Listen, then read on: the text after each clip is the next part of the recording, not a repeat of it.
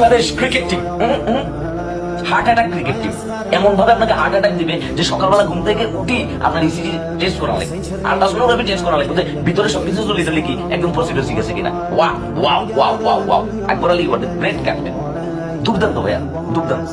একটা easy match এভাবে destroy করে দিলাম। ফাইনাল ম্যাচ যেটাকে একটা ট্রফি জেতার সুযোগ ছিল, সেই ম্যাচটা আমরা শেষ করে দিয়েছি।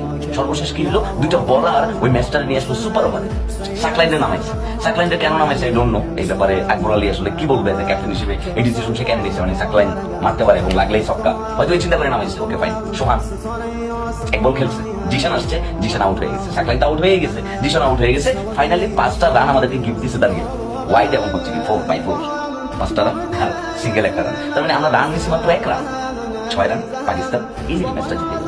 মানে মন খারাপ করবো নাকি চিল্লাপাল্লা করবো নাকি কি বলবো, আসলে কোনো অনুভূতি নেই, কোনো কিছু বুঝতে পারতেছি না। সকালবেলা ঘুম থেকে উঠে খালি বেড়ে যায় মনে কি টেস্টটা করাই করবে সে আপনার, এছাড়া মনে আর কোনো উপায় নেই। মানে প্রত্যেকটা বার, প্রত্যেকটা সময়, প্রত্যেকটা মুহূর্তে এই যে tension tension tension tension tension করতে করতে ফাইনালি একটা পর্যায়ে সেই টেনশন থেকে আমাদের কোনো মুক্তি নেই। মাইদুল ইসলাম অঙ্কন, ইয়াসির আলী রাব্বি, মানে এরা যে কি দুর্দান্ত ব্যাটসম্যান ভাই, একটা ম্যাচ রে কিভাবে শেষ করে